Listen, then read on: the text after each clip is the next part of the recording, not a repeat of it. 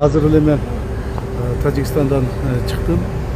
Тажикстандын Гүлистан, Исфара шаарларына барып, алардын жетекчилери менен жолугуп келдим. Якимов Саймон Сатарович менен жана бардык күч сотурман жетекчилери менен жолугуп, ок атууну токтотуу боюнча чечимге келдик.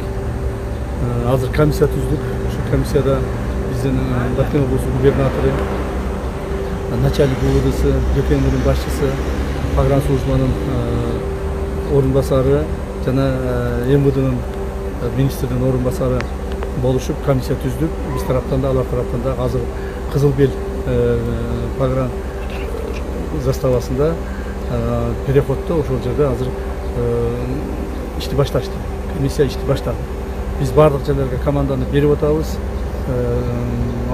Атышканды токтотуу боюнча команданы бердик. Ошондо дагы бир жолу ушул телевидениеден дагы азыр айтып коеюн. Биздин граждандарыбыз, жарандарыбыз тынчсызданбасын. Ушуга чейин